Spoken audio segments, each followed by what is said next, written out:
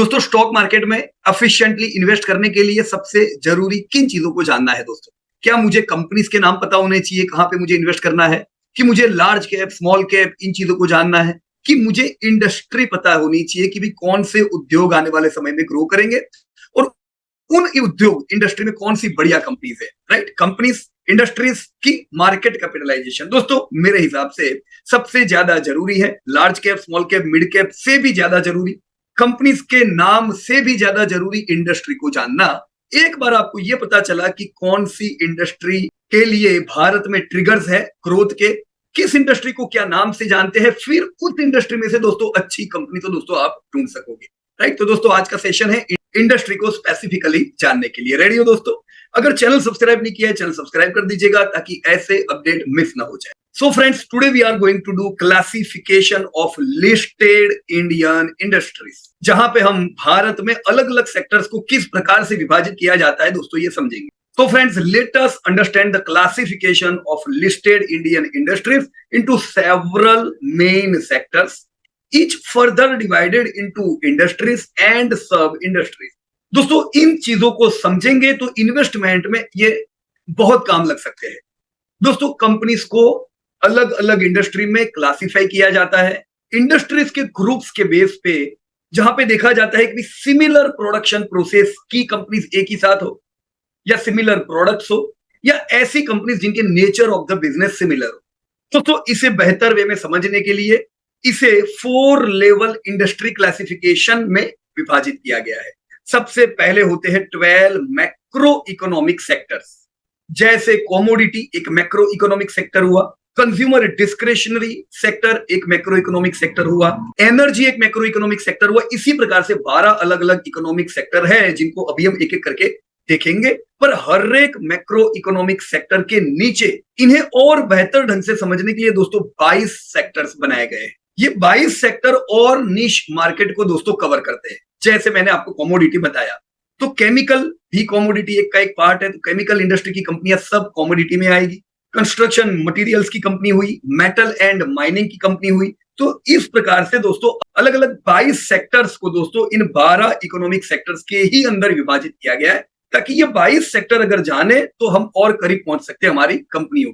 इन 22 sector के अंदर दोस्तों टोटल दूसरे 59 इंडस्ट्रीज को विभाजित किया गया है ताकि और फोकस्ड इंडस्ट्री को आप जान सके। जैसे अभी हमने बताया कि कॉमोडिटीज का ही पार्ट है मेटल और माइनिंग, तो मेटल और माइनिंग को भी और आगे हम देख सकते हैं।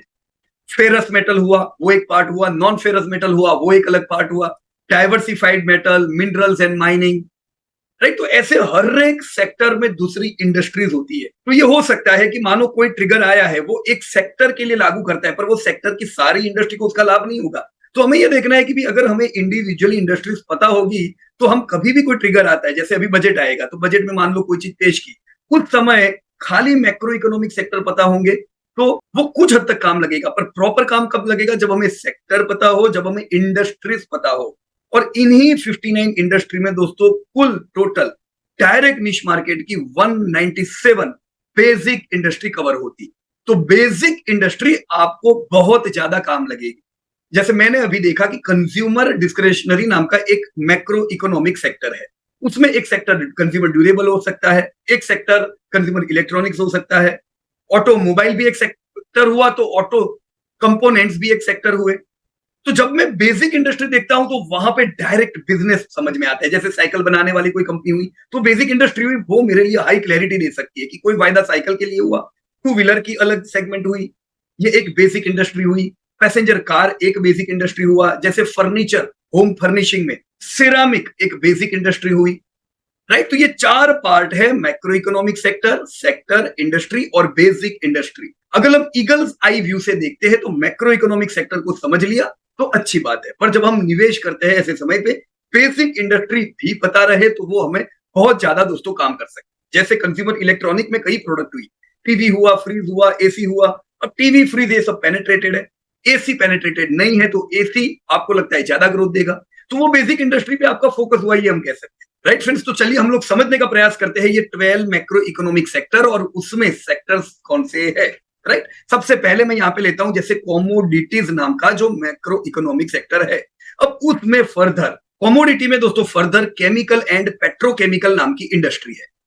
इसी इंडस्ट्री में मैं अगर बेसिक इंडस्ट्री समझने को जाऊं तो जैसे केमिकल एंड पेट्रोकेमिकल में बेसिक इंडस्ट्री हुई जैसे कमोडिटी केमिकल बनाने वाली कंपनी, जैसे दीपक नाइट्रेट हो सकती है। ऐसी कंपनी दोस्तों जो मैन्युफैक्चर करती है बेसिक और इंडस्ट्रियल केमिकल, ऑर्गेनिक या इनऑर्गेनिक केमिकल में से बना हुआ। दोस्तों आपकी बेसिक इंडस्ट्री केमिकल और पेट्रोकेमिकल में भी आती है स्पेशलिटी केमिकल की कंपनी। स्पेशलिटी केमिकल यानी जो कुछ स्पेशलिटी केमिकल दोस्तों मैन्युफैक्चर कर, इसी में दोस्तों carbon chemicals, dyes and pigments, explosive, petrochemical, वैसे अलग अलग दोस्तों इंडस्ट्री आई, राइट। तो आप कमोडिटी केमिकल पे फोकस करना चाहते हो सकता है आपके पास दीपक नाइट्रेट हुई। आप फॉर एग्जांपल स्पेशलिटी केमिकल पे फोकस करना चाहते हो सकता है पीडीलाइट जैसी भी कोई कंपनी आई। एक्सप्लोसिव्स में दोस्तों सोलार जैसी कंपनी हो सकती है। डाइज एंड पिगमेंट में कोई कंपनी आएगी, राइट। तो ये आपको फर्दर इन्वेस्टमेंट में काम लग सकता है। उसी प्रकार से दोस्तों कमोडिटीज में ही दोस्तों फर्टिलाइजर एंड एग्रोकेमिकल एक इंडस्ट्री हुई। फर्टिलाइजर एंड एग्रोकेमिकल में कुछ फर्टिलाइजर्स बनाने वाली कंपनियां हो सकती है तो कुछ एग्रोकेमिकल जैसी, राइट, जैसे जीएसएफसी, जीएनएफसी हुई, जैसे एग्रोकेमिकल की कंपनियां हुई यूपीएल या पीआई इंडस्ट्री जैसी। ऑलराइट, कंस्ट्रक्शन मटेरियल में हो सकता है दोस्तों सीमेंट एंड सीमेंट प्रोडक्ट नाम की इंडस्ट्री आए, जहां पे अल्ट्राटेक जैसी, अंबुजा जैसी कंपनियां आती है। तो दूसरी अदर कंस्ट्रक्शन मटेरियल नाम की भी आएगी, वो भी किसमें गिनाएगी? कंस्ट्रक्शन मटेरियल में। दोस्तों मेटल्स एंड माइनिंग को फर्दर बहुत ही अलग अलग सेगमेंट में विभाजित किया जाता है। Pig iron, iron and steel, aluminium हुआ, फेरस हुआ, राइट। तो अब आपको एल्यूमिनियम की कंपनी में निवेश करना है तो आप एल्यूमिनियम रिलेटेड हिंडाल्को देख सकते हो। आप आयरन एंड स्टील में जाना चाहते हो, जेएसडब्ल्यू टाटा स्टील जैसी कंपनी होगी तो ये पूरा अलग पार्ट हुआ। ऑलराइट, फॉरेस्ट मटेरियल अगर आप देखोगे तो उसमें पेपर एंड पेपर प्रोडक्ट यानी पेपर बनाने वाली कंपनी होगी। तो जूट इंडस्ट्री एक अलग सेक्टर होगा यहाँ पे, जहां पे जूट रिलेटेड कंपनियां होगी, राइट। पेपर में जेके पेपर, शेषाशाही जैसी कंपनियां हो सकती है। ऑलराइट फ्रेंड्स, तो ये हमने commodity as a macro economic indicator देखा, उसमें हमने अलग अलग सेक्टर देखे और इन्हीं सेक्टर की दोस्तों हमने बेसिक इंडस्ट्रीज देखी, जिससे हम सीधा कंपनी तक पहुंच सकते हैं, राइट। सो मूविंग फर्दर, अगर हम लोग consumer discretionary macro economic sector indicator देखते हैं तो इसमें भी कई अलग अलग आपके सेक्टर आते हैं। जैसे पहला सेक्टर का नाम लिखा हुआ है ऑटोमोबाइल एंड ऑटो कंपोनेंट्स।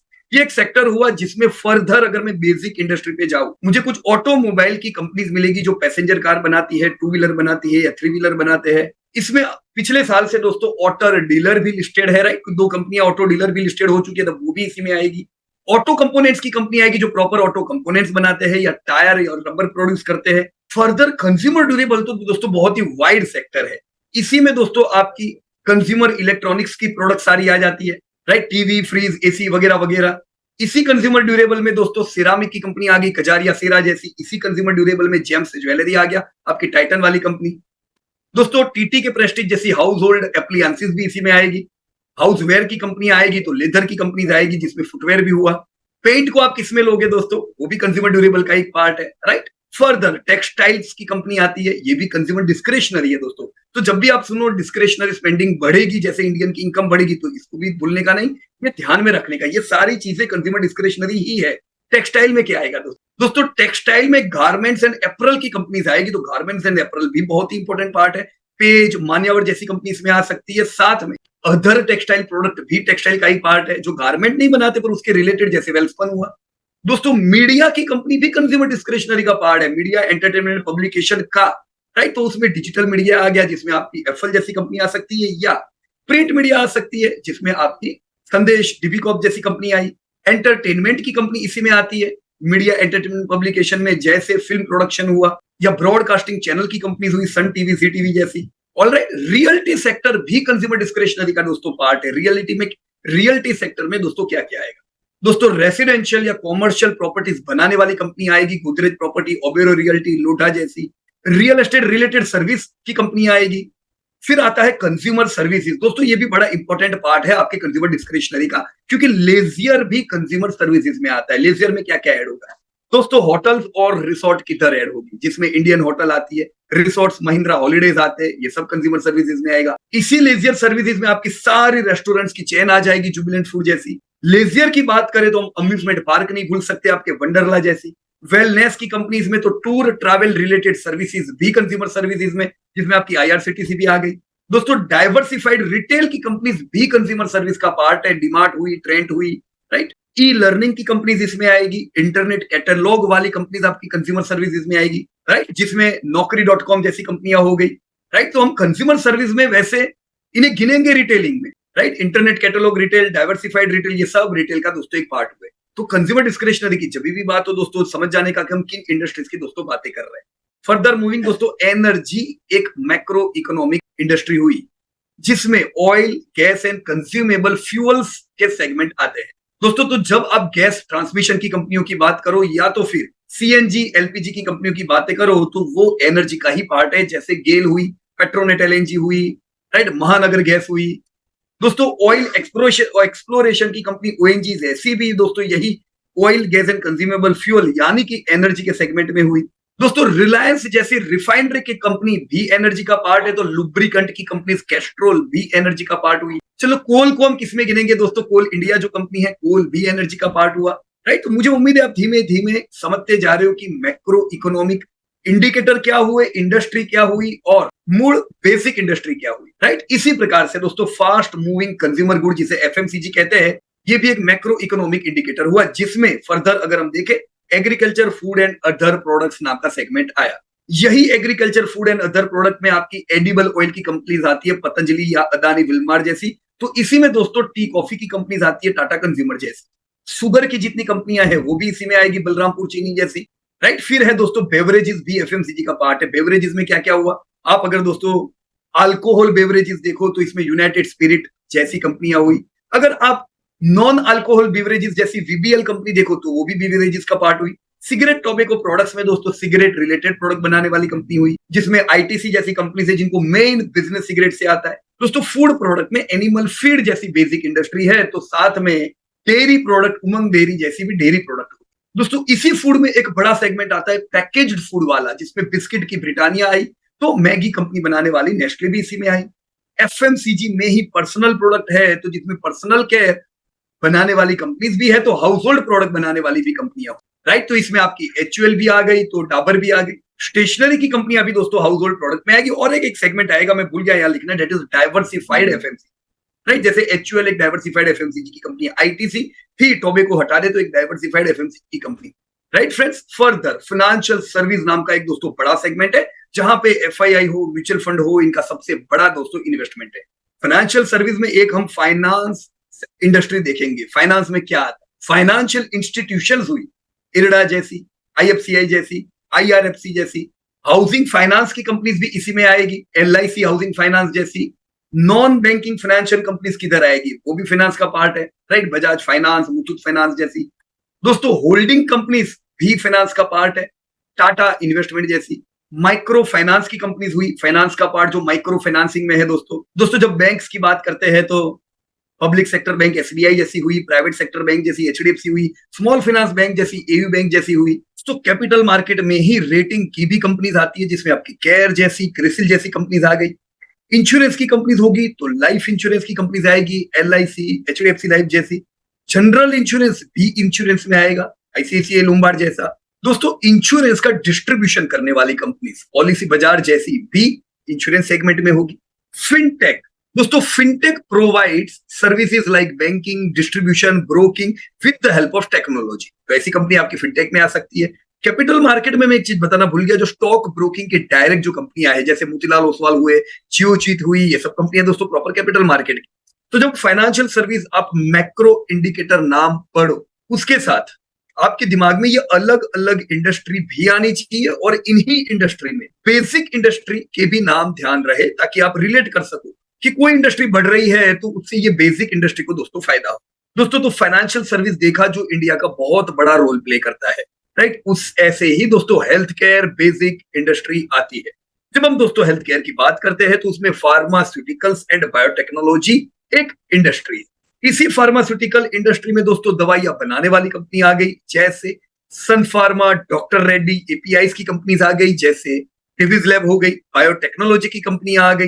दोस्तों health care equipment and supplies नाम की भी बेसिक इंडस्ट्री है, जिसमें मेडिकल इक्विपमेंट एंड सप्लाईज जैसी कंपनी आती है।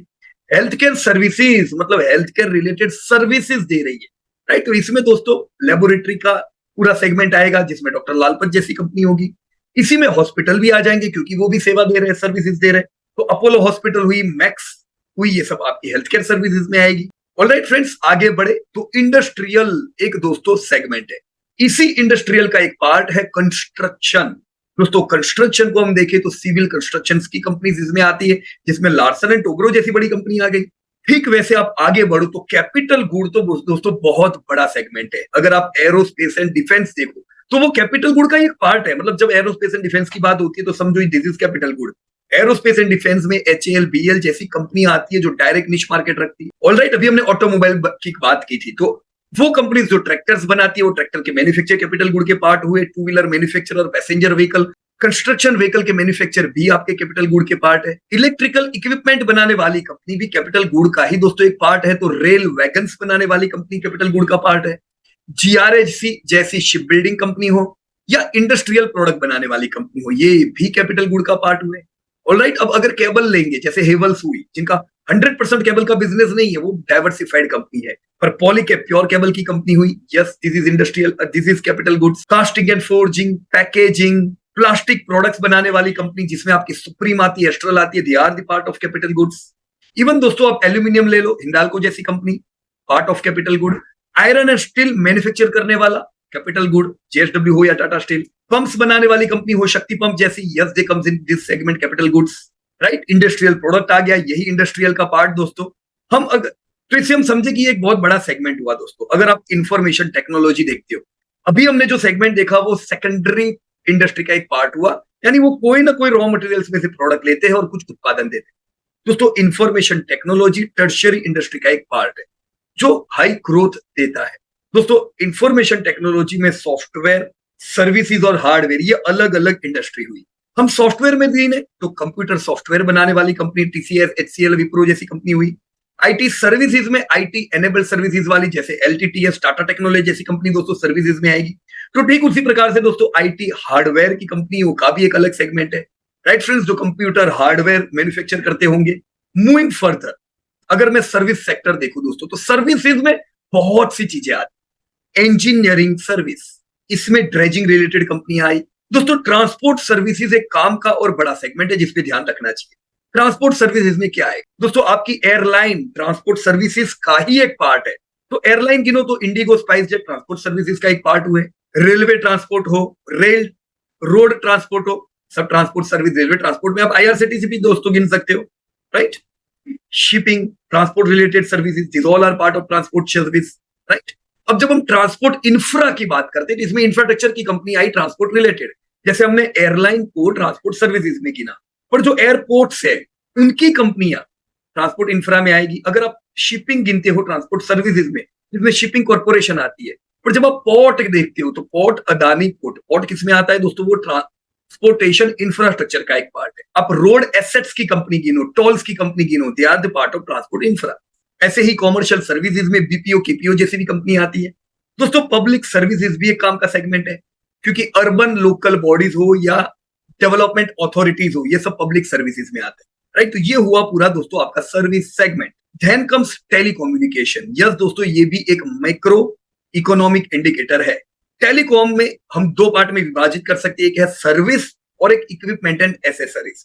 सर्विस में दोस्तों क्या आएगा, जो टेलीकॉम रिलेटेड सर्विस प्रोवाइड करते हैं, जैसे सेल्यूलर और फिक्स्ड लाइन प्रोवाइड करने वाली कंपनियां सर्विसेज का पार्ट है कि नहीं है। Bharti Airtel, Vodafone, Jio, these all come from services. तो कोई टेलीकॉम के टावर भी प्रोवाइड करता होगा, they also comes in services. एक कंपनी टेलीकॉम के इक्विपमेंट और एसेसरी बनाने वाली कंपनी होगी, वो यहां पे आएगी दोस्तों। राइट, मूविंग फर्दर, एक और बड़ा इंपॉर्टेंट सेगमेंट दोस्तों यूटिलिटीज। दोस्तों यूटिलिटीज को दो पार्ट में डिवाइड किया जाता है, एक है पावर और एक है अदर यूटिलिटीज। दोस्तों पावर यानी क्या, पावर जनरेट करने वाली कंपनी, पावर डिस्ट्रीब्यूट करने वाली कंपनी, पावर ट्रेड करने वाली कंपनी। ये सारे अलग अलग सेगमेंट हुए दोस्तों पावर के। राइट, पावर जनरेशन में चाहे कोल से पावर जनरेट हो, थर्मल से हो, हाइड्रो से हो या रिन्यूएबल से हो, वो सब पावर जनरेटर हुए। टाटा पावर हुआ, एनटीपीसी हुआ, हाइड्रो पावर का एसजेवीएन या एनएचपीसी हुआ, ये सब पावर सेगमेंट के अंदर ही दोस्तों आए। उसी प्रकार से पावर ट्रांसमिशन या पावर डिस्ट्रीब्यूशन, दोस्तों पावर ग्रिड, अदानी ट्रांसमिशन इसी का एक पार्ट बनेंगे। फिर अदर यूटिलिटीज में क्या आएगा दोस्तों, पावर के अलावा की भी आपके शहरों में बड़ी दूसरी यूटिलिटीज होती है, जैसे water management, water waste management. EMS limited दोस्तों वेस्ट मैनेजमेंट में आएगी। एंटोनी, जिनका आईपीओ कुछ समय पहले आया, यस दोस्तों वेस्ट मैनेजमेंट में आएगी। फिर आता है दोस्तों डाइवर्सिफाइड सेगमेंट, जिसमें कोई भी कंपनी में कोई एक सेगमेंट ऐसा नहीं है जो 50% से ज्यादा कंट्रीब्यूट करे, यानी वो कंपनी को अलग अलग बिजनेस में 20-25% के बिजनेसेस आते हैं। ऐसी कंपनियां दोस्तों डाइवर्सिफाइड में दोस्तों रखी जाती है। राइट फ्रेंड्स, तो आज हमने अलग अलग 12 मैक्रो इकोनॉमिक इंडिकेटर देखे, उन्हीं के नीचे हमने इंडस्ट्री देखी और इन इंडस्ट्री के साथ हमने उनकी बेसिक इंडस्ट्री देखी। राइट, हमें ये पूरी लाइन में दोस्तों इंडस्ट्री अगर पता रहेगी तो ये हमें डिसीजन टेकिंग में, स्टॉक मार्केट के इन्वेस्टमेंट में दोस्तों बड़ी काम लग सकती है। राइट, तो आपके मन में एक और प्रश्न आएगा, ये देखने का किधर से, मुझे कोई भी कंपनी कहां पे कौन सी इंडस्ट्री से बिलोंग करती है मुझे कैसे पता चलेगा, तो मैं क्या करूंगा दोस्तों, तो मैं आपको ले गया हूं बीएसई इंडिया पे। अब यहाँ पे आप कोई भी, मैं 2 एग्जांपल देके बताता हूं। सबसे पहले मैं यहाँ पे रिलायंस इंडस्ट्री डालता हूं। राइट, तो रिलायंस इंडस्ट्री जब मैंने कंपनी फीड की तो सबसे पहले इंडस्ट्री आ गई, क्या है दोस्तों, रिफाइनरीज एंड मार्केटिंग। दोस्तों यहाँ पे मुझे कुछ और इंफॉर्मेशन भी है, जैसे ये बीएसई सेंसेक्स का पार्ट है। सेंसेक्स का पार्ट होना यानी टॉप 30 कंपनी का एक पार्ट है। ये ए ग्रुप की कंपनी दोस्तों हुई। राइट, अब इंडस्ट्री को मैं क्लिक कर रहा हूं तो देखो मेरे सामने ये और एक डेटा आ गया कि ये सेक्टर है एनर्जी का, यानी ये एनर्जी सेगमेंट में जाएगा। एनर्जी सेगमेंट में इंडस्ट्री है दोस्तों oil, gas and consumable fuels. Industry group क्या आएगा, पेट्रोलियम प्रोडक्ट, जो 50% से ज्यादा धंधे में कंट्रीब्यूट करता है उसी का नाम आता है। यस, ये लोग रिटेल में भी है, ये लोग टेलीकॉम में भी है, पर वो नहीं है क्योंकि 50% से ज्यादा कंट्रीब्यूशन इनको रिफाइनरीज एंड मार्केटिंग से आ रहा है। जिस दिन दोस्तों दूसरी इंडस्ट्री 50% से आगे बढ़ गई तो ये यहां से निकल के डाइवर्सिफाइड में चली जाएगी। राइट, तो इंडस्ट्री सब ग्रुप क्या हुआ, रिफाइनरीज एंड मार्केटिंग, ये इनकी नीश प्रोडक्ट हुई। क्लियर है, मैं यहाँ पे दूसरी सबसे बड़ी कंपनी दोस्तों टीसीएस फीड करता हूं। राइट, तो टीसीएस भी सेंसेक्स का पार्ट है। ये कंप्यूटर सॉफ्टवेयर एंड कंसल्टिंग की कंपनी हुई। Let me click it's data. दोस्तों डेटा आपके सामने है। ये सेक्टर हुआ इंफॉर्मेशन टेक्नोलॉजी का, इंडस्ट्री भी इंफॉर्मेशन टेक्नोलॉजी की हुई, इंडस्ट्री ग्रुप हुआ आईटी सॉफ्टवेयर, आईटी सर्विसेज वाला नहीं, आईटी इक्विपमेंट वाला नहीं, आईटी सॉफ्टवेयर। उसमें ये लोग क्या करते हैं दोस्तों, computer software and consulting. Right, तो दोस्तों आप लोग डायरेक्टली भी इंडस्ट्री इस प्रकार से अपनी कंपनी की जान सकते हैं। Alright friends, so I hope ये वीडियो आप लोगों को दोस्तों काम लगेगा अपने इन्वेस्टमेंट डिसीजन को पक्का करने के लिए। Right, so thank you very much and best of luck to everybody. जय हिंद। Disclosure: This update is for educating purpose. We are not tip provider.